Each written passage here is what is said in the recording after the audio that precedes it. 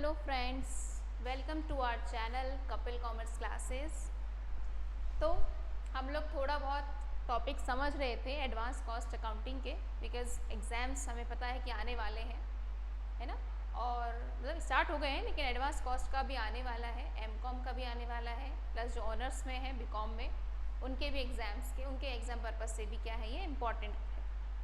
ठीक है, तो आप जो भी हमारे चैनल से जुड़े हुए हैं, जो भी इसको देख रहे हैं, आप क्या कर सकते हैं, इन क्वेश्चंस को रेडी करके जा सकते हैं, है ना। ये क्या है, एग्ज़ाम पर्पस से इम्पॉर्टेंट है। तो आप लोग एंड तक बने रहिए, क्योंकि हर एक यूनिट में से मैं आपको क्या करवा रही हूँ, क्वेश्चंस जो इम्पॉर्टेंट है वो क्वेश्चंस कवर कर रही हूँ, जिससे आप क्या कर सके। अगर अभी आपने स्टार्ट नहीं किया है तो आप उन्हें करके जाइए और अच्छे नंबर लेके आइए, है ना। All the best for your exams, है ना। तो स्टार्ट करते हैं, और उससे पहले आप लोग हमारे चैनल को सब्सक्राइब करिए, शेयर एंड लाइक बटन, ठीक है।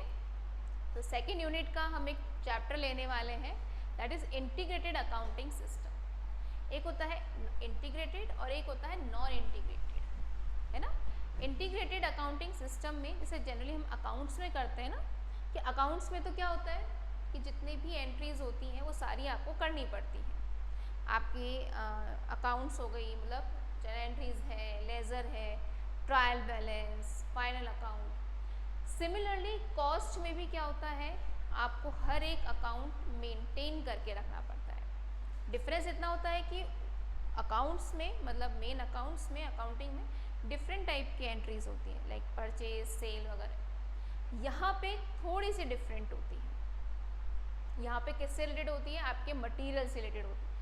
Raw material, WIP, finish goods, factory expenses, office overhead, selling overhead, इन सब से रिलेटेड आपके पास क्या होते हैं, ट्रांजेक्शन्स होते हैं, ठीक है। तो आपको करना तो वैसे ही होता है, बट डिफरेंस क्या होता है, यहाँ पे आपको कॉस्ट के बेसिस पे सारे ट्रांजेक्शन्स करने होते हैं। जब भी आप मटेरियल परचेस कर रहे हैं, सेल कर रहे हैं, मतलब XYZ कोई भी ट्रांजेक्शन, ठीक है। चलो देखते हैं meaning of integrated accounting. In such a system, the transactions of both cost and financial accounts are recorded in one set of books based on the entry system. क्या क्या होता है इसमें ट्रांजेक्शन होते हैं कॉस्ट और फाइनेंशियल अकाउंट्स की। मतलब इंटीग्रेटेड में मेनली दोनों चीज़ों का मिक्सचर होता है, कॉस्ट भी एंड फाइनेंस भी, है ना। मतलब इसमें अपन कॉस्ट को भी इंक्लूड करेंगे और फाइनेंसिंग की कुछ एक एंट्रीज हैं उन्हें भी इंक्लूड करेंगे। जो नॉन इंटीग्रेटेड वाला मेथड है उनमें तो पर्टिकुलर वो ही यूज़ में आता था, मतलब कॉस्ट लेजर कंट्रोल यूज़ में आता था।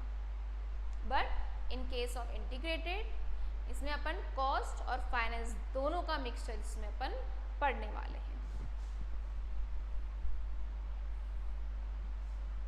Integrated accounts provides useful information required for costing as well as financial accounts. मतलब ये आपको दोनों ही फाइनेंशियल अकाउंट्स की, मतलब दोनों ही अकाउंट्स की, कॉस्ट हो चाहे फाइनेंस हो, दोनों से ही रिलेटेड आपको इंफॉर्मेशन प्रोवाइड करता है ये, ठीक है। अब इनमें कुछ एक डिफरेंसेस बता रखे हैं। क्या डिफरेंसेस है मैं बताती हूँ।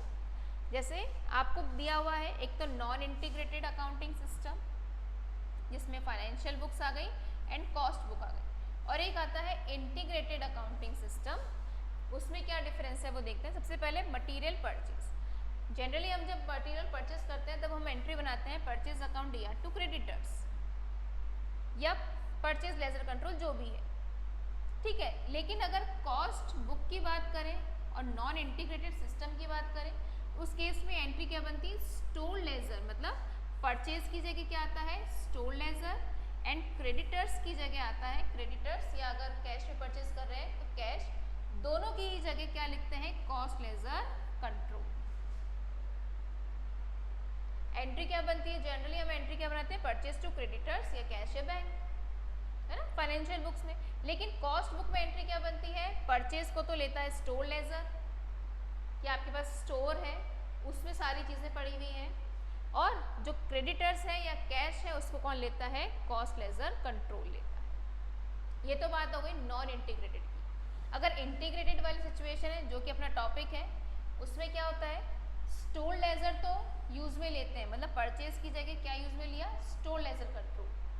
बट क्रेडिटर्स की जगह इसने क्रेडिटर्स ही यूज में लिया है। दोनों का क्या हो गया, मिक्सचर हो गया आपका। ये आपने इसको भी नाराज नहीं किया और इसको भी नाराज नहीं किया, दोनों के मिक्सचर से आपने एंट्री बना दी किसमें, इंटीग्रेटेड सिस्टम में। तो एंट्री क्या बनी, store ledger control account D R to creditors और purchase ledger control account. Clear है। एंट्रीज मुझे समझाने की जरूरत ही नहीं, क्योंकि आप लोग ऑलरेडी हायर लेवल पे 11th की बचपन की बातें हैं ये एंट्रीज की, है ना। बचपन में अपन ने पढ़ा है, बचपन मतलब 11th, कॉमर्स का बचपन क्या है 11th। मेरे पापा हमेशा कहते हैं कि कॉमर्स का बचपन 11th क्लास, क्योंकि स्टार्टिंग अपन वहीं से ही करते हैं, है ना। तो वहाँ पे अपन ये सारी चीज़ें पढ़ चुके हैं कि परचेज की क्या एंट्री होती है, सेल की क्या एंट्री होती है, तो वो मैं नहीं समझा रही हूँ। आपको बस डिफरेंस पता चलना चाहिए कि फाइनेंस में अपन क्या एंट्री बनाते हैं, कॉस्ट बुक में क्या बनाते हैं और इंटीग्रेटेड में क्या बनाते हैं। यह आपको मेन डिफरेंस पता होना चाहिए। रीज़न, क्योंकि इन दोनों से रिलेटेड आपके पास क्वेश्चन आ सकता है। यहाँ पे तो मैं एक टॉपिक कवर करूँगी इंटीग्रेटेड, लेकिन अगर आपके पास इस कॉस्ट शीट से मतलब कॉस्ट बुक से रिलेटेड अगर आपके पास आ जाए और ये आपका किया हुआ हो, तो आप उससे रिलेटेड आप क्वेश्चन उसको अटेम्प्ट कर सकते हैं। ठीक है। सेकंड आता है issue of material for production. आप जब माल लेकर आए तो आप प्रोडक्शन को इशू भी तो करोगे, उसकी भी एंट्री बनानी पड़ेगी। ठीक है। तो फाइनेंस में तो कोई एंट्री होती ही नहीं है, क्योंकि फाइनेंस में इनसे रिलेटेड कोई रिलेशन ही नहीं है इसका, है ना। कॉस्ट बुक में क्या एंट्री होती है, WIP ledger control to store ledger. इसका मतलब है कि स्टोर से कहाँ जा रहा है, WIP में, तो जहाँ जाएगा उसको DR कर दो।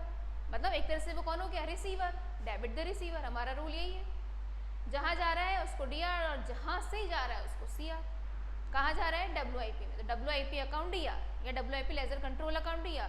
टू कहाँ से जा रहा है, स्टोर लेजर से, तो to store ledger control account, है ना। एंट्री बन गई WIP टू स्टोर लेजर।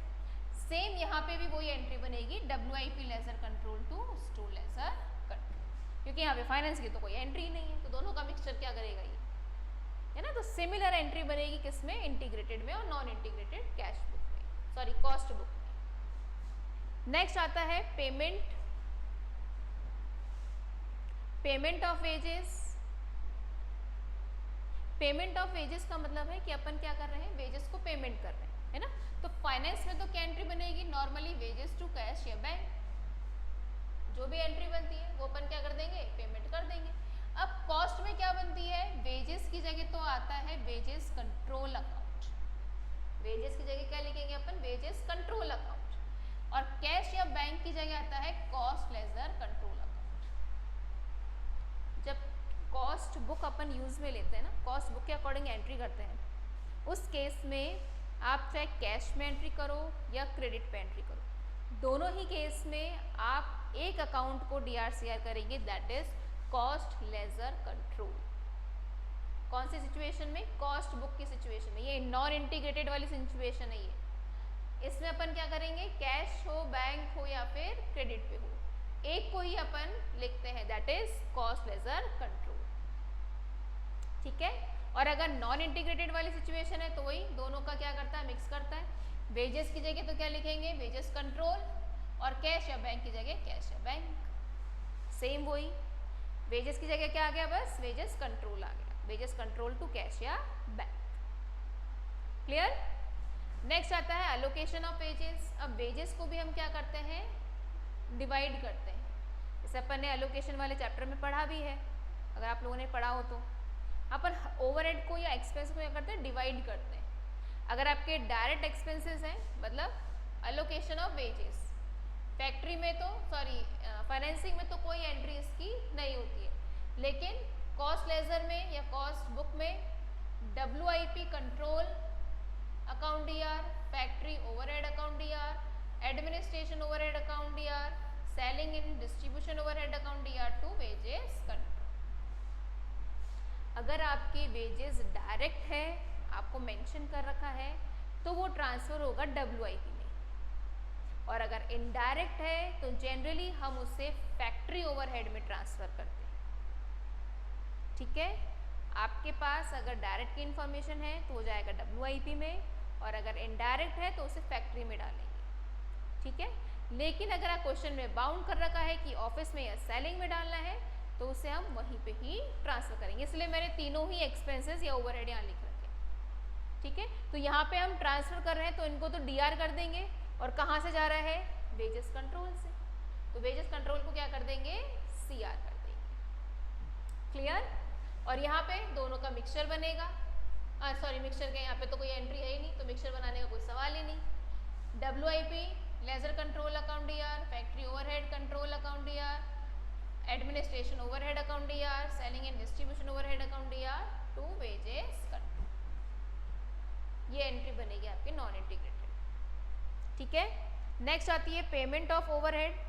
अगर आपको किसी भी एक्सपेंसेस का क्या करना है, पेमेंट करना है, तो फाइनेंसिंग में तो क्या एंट्री बनेगी, expenses account D R to cash या बैंक, या आउटस्टैंडिंग एक्सपेंसेस, अगर आउटस्टैंडिंग है तो, है ना। एडजस्टमेंट एंट्री अपन ने करी थी, expenses to outstanding expenses,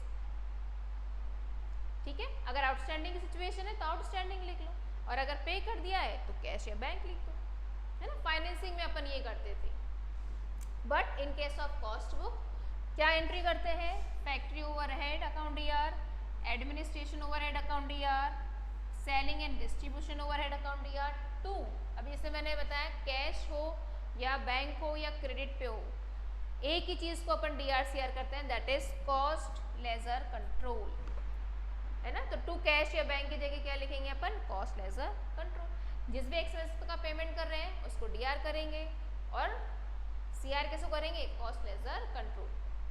but अगर बात आती है इंटीग्रेटेड की, तो उस केस में जितने भी एक्सपेंसेस हैं उनको डीआर करके और किसको सीआर करेंगे, कैश या बैंक को। दोनों का क्या हो गया, ये मिक्सचर हो गया, क्लियर। चलिए आगे देखते हैं, allocation, allocation of factory overhead. Factory overhead की यहाँ पे कोई एंट्री नहीं होती है, लेकिन फैक्ट्री ओवरहेड का खर्चा जाता है डब्ल्यूआईपी में, एंट्री बनेगी W I P ledger control to factory overhead. मैंने एक चीज़ बताई है कि जहाँ जाती है, मतलब जिस जगह पे अपन ट्रांसफ़र करेंगे वो तो रिसीवर है, उसको डीआर करेंगे, और जहाँ से जा रही है वो क्या हो गया, सीआर, उसको क्या करेंगे अपन, सीआर करेंगे। एंट्री क्या हो जाएगी, W I P ledger control to factory overhead, ठीक है। और सेम एंट्री यहाँ पे भी बनेगी, W I P ledger to factory overhead, clear. चल एक और आती है, मतलब नेक्स्ट ऑप्शन आता है आपका under absorption of factory overhead. Under absorption क्या आएगा, देखो अगर आपके ओवरहेड क्या है, कम है, तो यहाँ पे तो इसका कोई सवाल ही नहीं होता। अगर इधर कम है तो उसे कहाँ ट्रांसफर करेंगे, कॉस्टिंग पी&एल में, या फिर ओवरहेड एडजस्टमेंट अकाउंट, है ना। जनरली वो कॉस्टिंग पी&एल में ही ट्रांसफर करता है। अगर आप ओवरहेड में भी करते हो तो भी एट द एंड उसका बैलेंस कॉस्टिंग पी&एल में ही जाएगा, है ना। तो जनरली आप क्वेश्चन में अगर आप देखोगे तो वो उस एक्सपेंसेस को या उस लॉसेस को कहाँ ट्रांसफर करता है, वो कॉस्टिंग पी&एल में, ठीक है। अब यहाँ पे क्या बनेगा, P and L account D R to factory overhead. यहाँ पे कॉस्टिंग पी&एल नहीं लिखे, क्या लिखेंगे, normal P and L account D R to costing factory overhead. Next आता है कंप्लीशन ऑफ वर्क। अगर आपका वर्क कंप्लीट हो गया है, दैट मीन्स कि डब्ल्यूआईपी से स्टॉक में ट्रांसफर होगा वो, है ना। तो यहाँ पे तो कोई इसका सवाल ही नहीं होता। इधर क्या एंट्री बनेगी, stock ledger control account D R to W I P ledger control. यहाँ पे स्टॉक लेजर का मतलब है फिनिश्ड गुड्स, मतलब एक तरह से वो स्टॉक में कन्वर्ट हो गया, ठीक है। सिमिलरली सेम एंट्री यहाँ बनेगी, stock ledger control to W I P ledger control, ठीक है। नेक्स्ट आता है इंटरेस्ट पेड। इसकी क्या एंट्री बनेगी, interest account D R to cash या बैंक अकाउंट, ठीक है। इसके बाद यहाँ पे तो कोई एंट्री बनेगी नहीं इसकी, लेकिन अगर इंटीग्रेटेड है तो इंटीग्रेटेड में तो अपन मानते हैं कि दोनों का मिक्सचर होता है, तो ये तो क्या करेगा, इसकी एंट्री डेफिनेटली करेगा। क्या एंट्री बनाएगा, इंटरेस्ट टू कैश या बैंक। नेक्स्ट आता है एबनॉर्मल लॉस ऑफ मटेरियल। अगर आपका कोई एबनॉर्मल लॉस है उस केस में इसमें तो कोई एंट्री नहीं बनेगी, लेकिन यहाँ पे एबनॉर्मल लॉस को कहाँ ट्रांसफर करेगा ये कॉस्टिंग P&L में, और कहाँ से स्टोर लेजर कंट्रोल से, क्योंकि जनरली हम जब प्रोसेस अकाउंट बनाते हैं तब अपन कहाँ लिखते हैं CR साइड लिखते हैं, जो भी हमारा रॉ मटेरियल होता है वहाँ पे हमें क्या हो रहा होता है लॉस हो रहा होता है, तो इसको अपन ये जनरली क्या मानते हैं स्टोर लेजर में मानते हैं। ठीक है, तो हमारा एक तरह से वो बैलेंस क्या हो गया कम हो गया, कम हो गया तो उसको कहाँ लिखेंगे अपन CR साइड। एक चीज़ आप लोगों ने हमेशा पढ़ी है कि अगर किसी का बैलेंस DR है, जैसे एसेट का बैलेंस DR होता है, उसको CR कर देंगे दैट मीन्स कि उसका बैलेंस क्या हो गया कम, और अगर किसी का बैलेंस CR है उसको DR कर दे तो उसका बैलेंस क्या हो जाता है कम हो जाता है ना। लेकिन अगर सिमिलर साइड लिखेंगे तो उसका बैलेंस क्या होगा इंक्रीज। जैसे एसेट का है, एसेट का बैलेंस DR होता है, उसको और DR कर दो इंक्रीज हो गई, CR कर दो डिक्रीज हो गई, है ना। तो स्टोर लेजर का आपका लॉसेस की वजह से आपका मटेरियल क्या हो गया कम हो गया। अब स्टोर लेजर क्या है रॉ मटेरियल आपके लिए क्या एक तरह से एसेट का ही पार्ट है, raw material WIP finish goods ये सारे आपके क्या है एसेट का पार्ट है, इनका बैलेंस क्या होगा DR होगा, है ना। अगर इसको CR करेंगे दैट मीन्स कि उसका बैलेंस क्या हो रहा है कम हो रहा है, और लॉस हो रहा है तो ऑब्वियस सी बात है आपका मटेरियल क्या हो रहा है कम हो रहा है। इस कंडीशन में क्या कर देंगे इसको CR कर देंगे। और अगर इंटीग्रेटेड वाली सिचुएशन है तो P&L to store ledger control. Clear. और लास्ट आता है फिनिश गुड्स को अपन सोल्ड कर रहे हैं क्रेडिट पे, अगर कैश में कर रहे हैं तो कैश में भी कर सकते हो टू बैंक, और क्रेडिट पे कर रहे हैं तो किसी पर्सन का नेम, है ना। एंट्री क्या बनाएंगे सन्ड्री डेटर्स या sales ledger control account DR to sales account. यहाँ पे cost ledger control account DR to cost of sales, difference को P&L में। वैसे यहाँ पे भी ट्रांसफर मतलब जो भी डिफरेंस होगा वो कहाँ ट्रांसफर होगा P&L में ही ट्रांसफर होगा, जो भी इसका मतलब, क्योंकि ऑब्वियस सी बात है अपन ज़्यादा में ही सेल करेंगे तो प्रॉफिट लॉस तो कैलकुलेट करेंगे ही, तो वो कहाँ ट्रांसफर होगा P&L में। ठीक है, यहाँ पे भी वो सेम वैसे ही करेंगे सन्ड्री डेटर्स या sales ledger control account DR to cost of sales. ठीक है, ये एंट्रीज है। अब मैं एक बार आपको थोड़ा सा है ना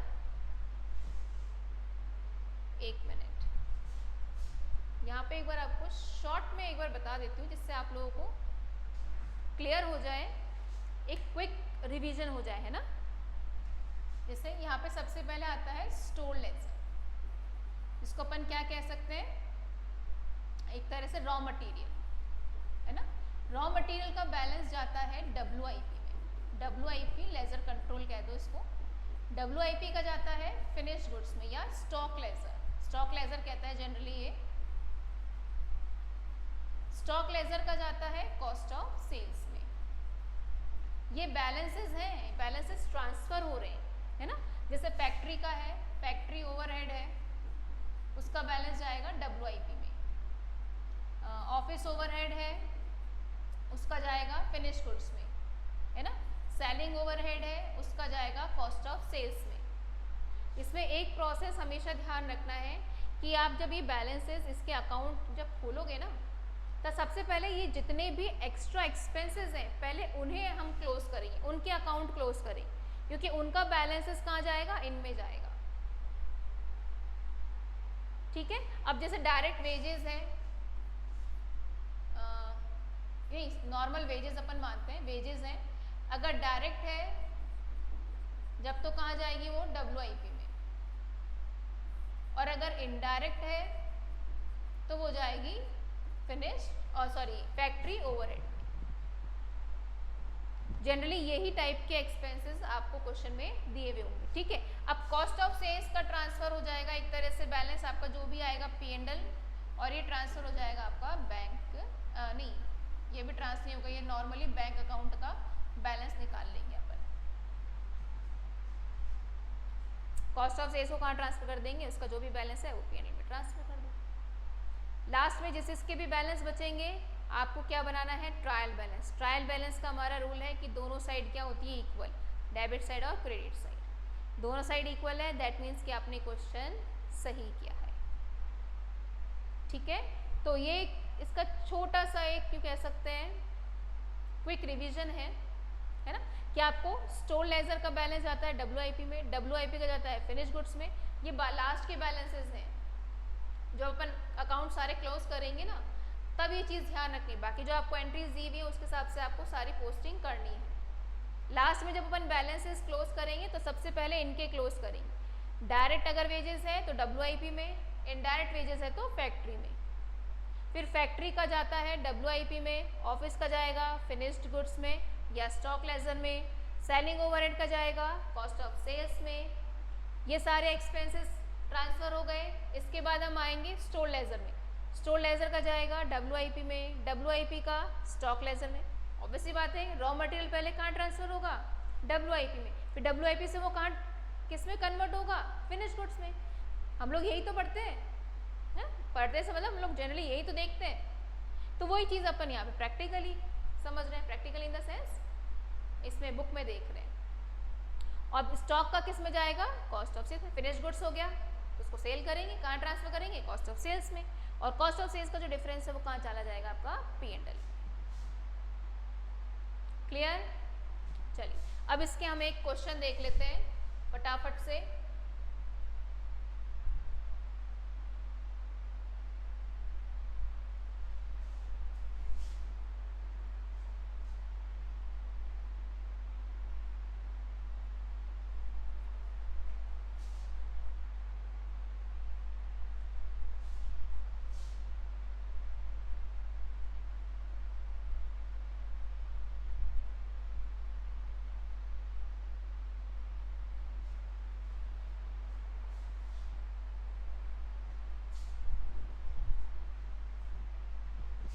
चलिए क्वेश्चन मैं आपको बता देती हूँ क्या क्या दिया हुआ है।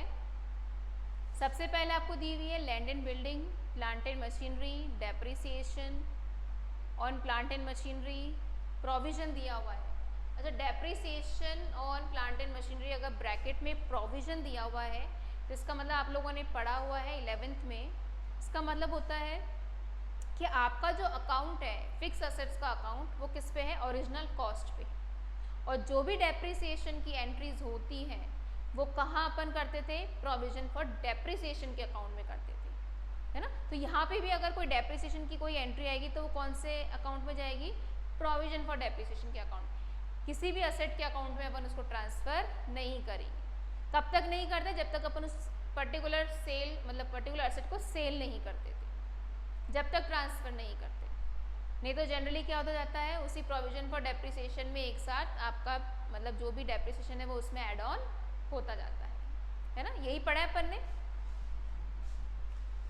फिनिश गुड्स आ गए, debtors control, creditors control, WIP, bank account, share capital, profit and loss, ये सारे आपको बैलेंसेस दिए हुए हैं। ठीक है, तो सबसे पहले अपन क्या करते हैं? इन सबका बैलेंसेस लिखते हैं। सबसे पहले लैंड एंड बिल्डिंग है 4 लाख का आपका। अच्छा, जो भी एसेट है क्या बैलेंस होगा? DR। लाइबिलिटी का CR। ठीक है, तो सबसे पहले अपन ने ओपनिंग बैलेंस लिख दिया यहाँ पे 4 लाख रुपये। इसके बाद प्लांट एंड मशीनरी 6 लाख की है। यहाँ opening balance plant and machinery ये 4 लाख लिख रखी है, मतलब यहाँ पे प्रिंटिंग मिस्टेक है, प्रिंटिंग मिस्टेक है यहाँ पे। Depreciation on plant and machinery 1 lakh. क्या बैलेंस होता है? प्रोविजन फॉर डेप्रिसिएशन का बैलेंस CR होता है, CR बैलेंस होता है इसका। वैसे भी देखो, अगर आपको नहीं भी पता हो तो किस साइड लिखा हुआ है? CR साइड लिखा है। तो अपन ओपनिंग बैलेंस कहाँ लिखेंगे? CR side. यहाँ लिखेंगे depreciation on plant and machinery 1 lakh. Next आता है फिनिश गुड्स। फिनिश गुड्स कितने का है? 1 लाख यहाँ पे। अच्छा, ये स्टोर्स का आ गया, ये स्टोर लेजर का है, स्टोर लेजर कंट्रोल अकाउंट। यहाँ पे इसमें प्रिंटिंग मिस्टेक है क्वेश्चन में भी, तो घबराने की ज़रूरत नहीं है, एग्जाम में ऐसा कुछ नहीं होगा, है ना। यहाँ लिखेंगे अपन ओपनिंग बैलेंस 1 लाख। ठीक है, फिनिश गुड्स का 2 लाख बैलेंस है, ये रहा यहाँ पे फिनिश गुड्स, ये रहा 2 लाख का बैलेंस। डेटर्स कंट्रोल 80,000, कहाँ गया डेटर्स लेजर कंट्रोल? ये रहा 80,000 का balance. Creditors control 1 lakh, CR side लिखेंगे। By balance BD 1 lakh. WIP का ओपनिंग बैलेंस 24,000, ये रहा 24,000। बैंक बैलेंस 36,000, ये रहा opening balance 36,000। Share capital 10,40,000, CR side लिख देंगे यहाँ पे 10,40,000। देखो कुछ एक ऐसे अकाउंट भी हैं इसमें जो कोई यूज़ के नहीं है, आपको सिंपल बैलेंस दिया हुआ है तो ओपनिंग बैलेंस ले लो और सीधा सीधा उसका क्लोजिंग बैलेंस निकाल लो। अगर कोई इन्फॉर्मेशन दे रखी है तो निकाल लो, अदरवाइज डायरेक्ट बैलेंस निकाल लो। ठीक है। P&L का बैलेंस दिया है 2 लाख रुपीज़। ठीक है, ये हमारा फर्स्ट स्टेप कंप्लीट है। ठीक है। एक तो लेजर पोस्टिंग का सबसे अच्छा तरीका है कि आप एक एक एंट्री को पढ़ो, जो भी उसके आइटम आ रहे हैं DR CR साइड, दोनों की साथ पोस्टिंग करो। जनरली स्टूडेंट्स क्या करते हैं कि एक जगह पोस्टिंग कर दी, मतलब एक अकाउंट पहले पूरा कंप्लीट कर लिया, फिर दूसरा अकाउंट ओपन करते हैं, फिर उसको कंप्लीट कर लिया, फिर तीसरा करते हैं। इस केस में एक तो टाइम ज़्यादा लगता है, टाइम कंज्यूमिंग होता है। दूसरी चीज़ कि कहीं ना कहीं कोई ना कोई एंट्री आपकी मिस हो जाती है, रह जाती है, तो वो बहुत ज़्यादा क्या होता है, प्रॉब्लमेटिक सिचुएशन हो जाती है। रीज़न क्योंकि अगर नहीं मिलेगा बैलेंस तो फिर आपको फिर से क्वेश्चन देखना पड़ेगा, डबल टाइम वेस्ट, है ना। तो ऐसी सिचुएशन में जैसे जैसे आपको एंट्री दे रहा है, एक एक एंट्री पढ़ो, उसकी क्या एंट्री बनती है, कौन कौन से दोनों आइटम हैं। अगर लेजर अकाउंट ओपन है, ओपनिंग बैलेंस दिया जब तो ओपन होगा, नहीं दिया है तो ओपन करो।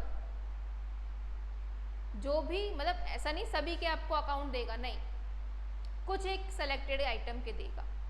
तो जिसके नहीं दे रहा है उनके अकाउंट ओपन कर लो, वहाँ पे एंट्री कर लो, है ना। लेकिन एंट्री मतलब पोस्टिंग दोनों की साथ ही करनी है आप लोग को, ये चीज़ हमेशा ध्यान रखनी है। ये एक टिप है आपके लिए एग्जाम के लिए, एग्जाम पर्पज से।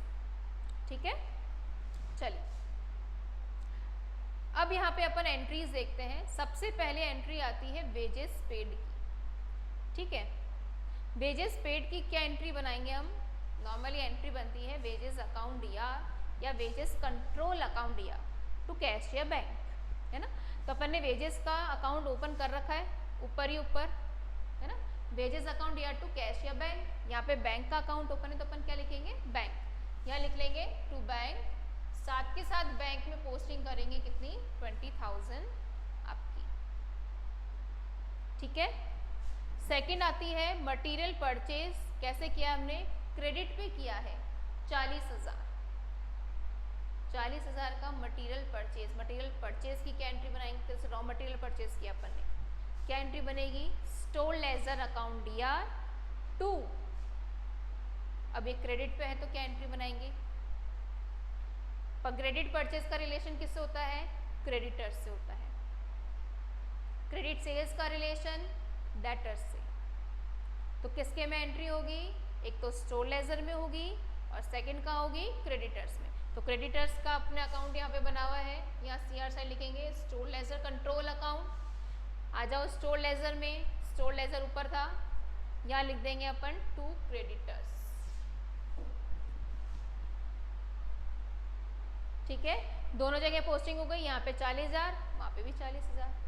ठीक है, चलिए नेक्स्ट आता है मटेरियल इशू टू प्रोडक्शन 42,000। अपन ने मटेरियल इशू किया है किसमें, प्रोडक्शन में। मतलब इसका मतलब है कि आपने रॉ मटेरियल को WIP में ट्रांसफर किया। क्या कहा इसने, मटेरियल इशू टू प्रोडक्शन, मतलब जो हमने रॉ मटेरियल था हमारा उसको हमने प्रोडक्शन के लिए भेज दिया, है ना। मतलब जो रॉ मटेरियल है उसको फिर WIP में ट्रांसफर कर दिया। स्टोर को कहाँ ट्रांसफर कर दिया, WIP में। अब मैंने आपको एंट्री बताई थी कि जहाँ वो जाता है वो तो रिसीवर है, जहाँ से जा रहा है वो गिवर है। तो क्या एंट्री बनाएंगे, WIP ledger control account DR to store ledger control. यहाँ WIP में आ जाओ, यहाँ लिख देंगे स्टोर लेजर कंट्रोल, और इसके में क्या लिखेंगे, 42,000 आपका WIP लेजर कंट्रोल। क्लियर है पॉइंट। यहाँ पे दोनों तीनों पॉइंट्स क्लियर हुए। आपको जो भी क्वेश्चन समझ में नहीं आते हैं आप लोग मुझसे मैसेज के थ्रू कनेक्ट कर सकते हैं। कहीं पे भी कंफ्यूजन है आप मुझसे पूछ लीजिए। ठीक है, चलिए आ जाइए नेक्स्ट एंट्री पे। नेक्स्ट एंट्री आती है वेजेस, डायरेक्ट वेजेस। मैंने आप लोगों को एक चीज़ बताई थी, डायरेक्ट वेजेस कहाँ ट्रांसफ़र होते हैं, WIP में, है ना। डायरेक्ट तो WIP में और इनडायरेक्ट फैक्ट्री में, है ना। तो यहाँ पे अपन वेजेस कंट्रोल लिखेंगे और कहाँ ट्रांसफ़र करेंगे इनको, डायरेक्ट को WIP में। ये 16,000 रुपये डायरेक्ट के आ गए, ये WIP में साथ के साथ एंट्री करेंगे वेजेस कंट्रोल, ठीक है। नेक्स्ट एंट्री बनती है इनडायरेक्ट वेजेस, ब्रैकेट में लिखा है फैक्ट्री। वैसे रूल भी यही कहता है कि अगर इनडायरेक्ट वेजेस हैं तो फैक्ट्री में ट्रांसफर करेंगे, है ना। लेकिन अगर क्वेश्चन में बाउंड कर रखा है कि ऑफिस से रिलेटेड है या सेलिंग से रिलेटेड है, तो अपन उसको कहाँ ट्रांसफर करेंगे, उसी के अकाउंट में ट्रांसफर करेंगे। क्लियर है पॉइंट। चलिए अब अपन फैक्ट्री में ट्रांसफर कर देते हैं। फैक्ट्री ओवरहेड का अपन ने अकाउंट ओपन किया था, 4,000 अपन ट्रांसफर कर रहे हैं, तो यहाँ ट्रांसफर करेंगे, क्या एंट्री बनाएंगे, कहाँ जा रहा है, फैक्ट्री ओवरहेड में, factory overhead to direct wages. यहाँ लिखेंगे अपन, यहाँ वेजेस कंट्रोल सॉरी टू 4,000, यहाँ पे भी 4,000, दोनों साइड एंट्री करेंगे, है ना। चलिए सैलरीज आपको दी हुई है एडमिनिस्ट्रेशन की, सैलरी पे कर रहे हैं, एक्सपेंसेस एक तरह से, है ना। एक्सपेंसेस पेमेंट की क्या एंट्री होती है, एक्सपेंसेस कैश या बैंक। तो यहाँ पे एडमिनिस्ट्रेशन ओवरहेड, एडमिनिस्ट्रेशन में लिखो टू बैंक 4,000 और बैंक में लिखेंगे बाय एडमिनिस्ट्रेशन 4,000। जो भी एक्सपेंसेस है उनका पेमेंट कर दो। नेक्स्ट है डिस्ट्रीब्यूशन, सेलिंग एंड डिस्ट्रीब्यूशन का सैलरी है, सेलिंग एंड डिस्ट्रीब्यूशन में आ जाओ, यहाँ लिखेंगे टू कैश या बैंक, इधर भी बाय सैलरी ओवरहेड 2,000, ठीक है। इसके बाद आता है फैक्ट्री एक्सपेंसेस, फैक्ट्री के एक्सपेंसेस हुए हैं तो फैक्ट्री में आओ, फैक्ट्री टू कैश या बैंक, यहाँ लिखेंगे फैक्ट्री में बैंक 4,000, इधर आएंगे CR side by factory overhead. Simple है, आपको जो भी एंट्री बनाई है आपको बस दोनों जगह पोस्टिंग करनी है, दैट्स इट। सिंपल सा रूल है इसका, ठीक है। Depreciation for the month on plant and machinery. अच्छा यहाँ पे अभी अपन ने देखा था कि प्रोविजन ब्रैकेट में लिखा हुआ था, प्रोविजन का मतलब कि प्लांट एंड मशीनरी के अकाउंट में अपन डेप्रिसिएशन चार्ज नहीं करेंगे, किसके में करेंगे, अलग से जो अपन ने डेप्रिसिएशन का अकाउंट बनाया ना वहाँ पे एंट्री करेंगे। तो वहाँ पे अपन ने जैसे ये बना रखी है एंट्री, अच्छा ऊपर है शायद, ये रहा, यहाँ पे अपन ट्रांसफर करेंगे किसमें, फैक्ट्री ओवरहेड, ठीक है। यहाँ पे फैक्ट्री ओवरहेड में ट्रांसफर कर दो, या सिंपल डेप्रिसिएशन भी लिख सकते हो। अगर कंफ्यूजन होता है तो सिंपल डेप्रिसिएशन, नॉर्मली अपन डेप्रिसिएशन में क्या मतलब प्रोविजन में क्या लिखते थे, डेप्रिसिएशन ही लिखते थे, लेकिन एट दी एंड वो डेप्रिसिएशन कहाँ जाएगा, फैक्ट्री में जाएगा। और अगर नहीं भी डालते हो तो उसे कहाँ ट्रांसफर कर दो, P&L में ट्रांसफर कर दो, तो एट दी एंड उसका अकाउंट का बैलेंस तो निकलेगा ही, ठीक है। तो आप नीचे नोट लिखे आना, जहाँ पे भी कंफ्यूजन हो आप नीचे नोट लिखे आए, क्योंकि आपको कहीं पे बाउंड नहीं कर रहा वो, है ना, कि फैक्ट्री में मानना है या क्या। सिंपल इसने क्या माना है, प्लांट एंड मशीनरी का डेप्रिसिएशन, ठीक है। तो अपन डेप्रिसिएशन लगा दिया, फैक्ट्री ओवरहेड में ट्रांसफर कर रहा है ये, तो फैक्ट्री ओवरहेड में अपन क्या कर देते हैं, लिख देते हैं इसको, कहाँ गया फैक्ट्री ओवरहेड, ये रहा, यहाँ लिखेंगे डेप्रिसिएशन 2,000, ठीक है। नेक्स्ट आता है बैलेंस ऑफ WIP, WIP का क्लोजिंग बैलेंस दिया हुआ है। Then sales for the month कैसे दी हुई है, क्रेडिट पे दी हुई है ना। तो क्रेडिट सेल्स में क्या अपन एंट्री करते हैं, डेटर्स टू सेल्स, है ना।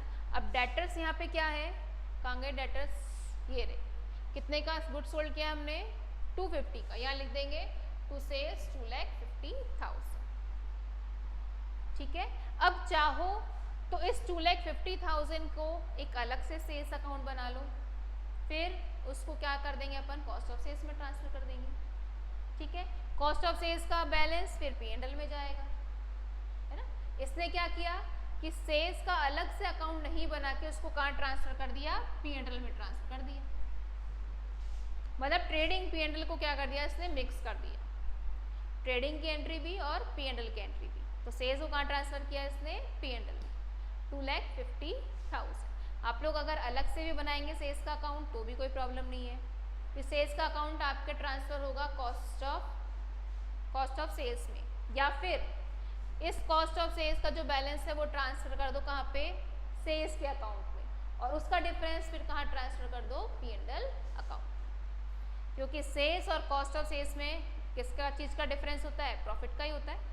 कॉस्ट ऑफ सेल्स का मतलब हो गया एक तरह से जो हमने गुड्स सोल्ड किया है उसकी कॉस्ट।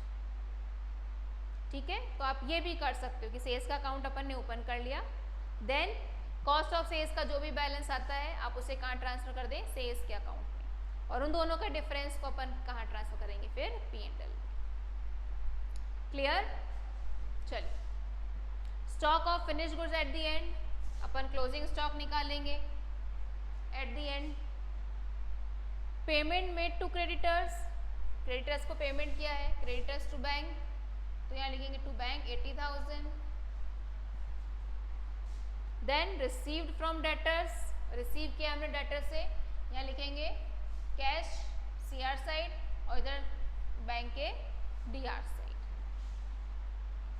ठीक है, ये सारी एंट्री अब आपकी हो चुकी है। अब आपको क्या करना है, बैलेंसेस निकालना। सबसे पहले अपन आते हैं स्टार्टिंग से, किस किस का बैलेंस है। लैंड एंड बिल्डिंग में कोई एडजस्टमेंट हुआ था, नहीं, जो ओपनिंग है वही आपका क्लोजिंग। प्लांट एंड मशीनरी में कोई एडजस्टमेंट नहीं हुआ। डेप्रिसिएशन का हुआ है, लेकिन वो किस में हुआ है, प्रोविजन फॉर डेप्रिसिएशन। ठीक है, क्या करेंगे, बैलेंस ट्रांसफर। नेक्स्ट, ये depreciation on plant and machinery, इसका बैलेंस निकाल लेते हैं। CR बैलेंस आ जाएगा इसका 1,02,000। स्टोर लेजर, स्टोर लेजर में, स्टोर लेजर का बैलेंस कहाँ जाता है, WIP में, लेकिन क्वेश्चन में इसने आपको दिया हुआ है कि WIP में ट्रांसफर किया हमने, तो जो दोनों का डिफरेंस है वो कहाँ ट्रांसफर करेंगे अपन, बैलेंस CD, जो भी बैलेंस आता है उसको ट्रांसफर कर देंगे। ठीक है, नेक्स्ट आता है वेजेस कंट्रोल। वेजेस कंट्रोल का तो बैलेंस ऑलरेडी क्या हो चुका है, इक्वल, क्योंकि जो हमारा वेजेस था वही हमने क्या कर दिया, ट्रांसफर कर दिया। और अगर नहीं वैसे वेजेस पेमेंट किसने कहीं पे भी एंट्री नहीं बता रखी है, नहीं बता रखी 20,000, तो जितना हमारे पास टोटल वेजेस था उसको हमने क्या कर दिया, डायरेक्ट को WIP में और इनडायरेक्ट को फैक्ट्री में। Account close. फैक्ट्री ओवरहेड, अब फैक्ट्री ओवरहेड का जो बैलेंस है वो कहाँ ट्रांसफर हो जाएगा, WIP में। बताया था आप लोगों को, यहाँ पे फैक्ट्री का कहाँ जाता है, आपके WIP में ट्रांसफर होता है, तो WIP में ट्रांसफर, साथ के साथ WIP में एंट्री 10,000। ठीक है, जो अदर अकाउंट है जिनका कहीं पे भी कोई भी बैलेंस नहीं जाना है, सबसे पहले उनको क्लोज करो। देन वेजेस का आपका अकाउंट क्लोज करना है। देन जो भी ओवरहेड है, फैक्ट्री, ऑफिस एंड सेलिंग, उनको क्लोज करो। लास्ट में हमें क्लोज करना है store ledger, WIP, stock ledger, cost of goods sold and P&L, और यहाँ पे बैंक। ठीक है, तो फैक्ट्री का हो गया, WIP का बाद में करेंगे। पहले एडमिनिस्ट्रेशन, एडमिनिस्ट्रेशन का कहाँ जाता है, ऑफिस का कहाँ जाता है, आपके स्टॉक लेजर में, तो यहाँ स्टॉक लेजर लिख देंगे, फिनिश गुड्स लिख दो, एक ही बात है, साथ के साथ एंट्री करिए। फिनिश गुड्स का अभी अपन रुकते हैं, WIP का रुका हुआ है, फिनिश गुड्स का रुका हुआ है। स्टोर लेजर का कंप्लीट हो चुका है क्योंकि उसमें ऑलरेडी हमें ट्रांसफर की वैल्यू दे दी थी, है ना, तो अपन ने उसको भी क्लोज नहीं किया है। सेलिंग एंड डिस्ट्रीब्यूशन, इसका कहा जाता है कॉस्ट ऑफ सेल्स में, यहाँ लिख देंगे अपन कॉस्ट ऑफ सेल्स 2,000। ठीक है, अब ये सारे अकाउंट क्लोज हो ही चुके हैं, इनका बैलेंस निकाल लो, इसका भी बैलेंस आ जाएगा, इसका तो लास्ट में निकालेंगे, कैपिटल का निकाल लेंगे और P&L के लिए अभी रुकते हैं। ठीक है, ये सारे हमारे मोटे मोटे जो पहले के अकाउंट क्लोज करने के लिए पहले हमने उन्हें क्लोज कर दिया। अब आते हैं स्टोर लेजर, स्टोर लेजर का अकाउंट क्लोज हो चुका है। देन WIP, WIP का क्या करेंगे, जो भी डिफरेंस है, क्योंकि क्लोजिंग बैलेंस दिया हुआ है इसमें हमें, तो जो डिफरेंस है वो कहाँ ट्रांसफर हो जाएगा, फिनिश स्टॉक में, ये हमने फिनिश स्टॉक में ट्रांसफर कर दिया। अब फिनिश स्टॉक का भी क्लोजिंग बैलेंस दिया हुआ था, इसमें भी जो डिफरेंस आएगा कहाँ ट्रांसफर होगा, कॉस्ट ऑफ सेल्स में, यहाँ लिख देंगे अपन कॉस्ट ऑफ सेल्स, और कॉस्ट ऑफ सेल्स का बैलेंस जाएगा P&L अकाउंट में, ये अपन ने P&L अकाउंट में ट्रांसफर कर दिया, ठीक है। इसका बैलेंस आ जाएगा आपका क्लोजिंग, और लास्ट में फिर हम अकाउंट क्लोज करेंगे कौन सा, बैंक का। बैंक का अकाउंट क्लोज करके आपको लास्ट में क्या करना है, ये ट्रायल बैलेंस बनाना है, जिसका बैलेंस डीआर साइड होता है, मतलब जितनी भी एसेट्स हैं उनको डीआर साइड लिखेंगे, जो भी सीआर होते हैं लाइबिलिटीज़ उनको सीआर करेंगे, जो भी एक्सपेंसेस हैं वो डीआर होते हैं उनका बैलेंस भी डीआर होगा। वैसे तो बैलेंसेस होंगे ही नहीं क्योंकि अपन ने ट्रांसफ़र कर दिए हैं, ठीक है। तो जिनके बैलेंसेस हैं वैसे भी बैलेंस किनका लिखते हैं, जो बैलेंस शीट में आते हैं, यही पढ़ा था हमने 11th में कि जिनके भी बैलेंसेस होते हैं मतलब बैलेंस शीट में आते हैं जनरली उनका बैलेंस निकलता है, जो ट्रेडिंग P&L में आते हैं वो ट्रेडिंग P&L के अकाउंट से क्लोज होते हैं, ठीक है। वैसे तो आज अपन हम लोग सारे ही सभी का ही बैलेंस निकाल देते हैं, वो बात अलग है, ठीक है। तो ये टॉपिक हमारा यहीं पे ही कंप्लीट होता है। आई होप आप लोगों को कुछ मैंने ऐड ऑन किया होगा, वैल्यूएबल दिया होगा, ठीक है। तो एक चीज़ और, हमारे चैनल को कपिल कॉमर्स क्लासेस को आप लोग सब्सक्राइब, शेयर और लाइक करना ना भूलें, ठीक है। और ऐसे ही इन्फॉर्मेशन के लिए हमें फॉलो भी करते रहें, ठीक है। ऐसे ही और वीडियोस हम लोग डालते थे, okay. Thank you so much for joining.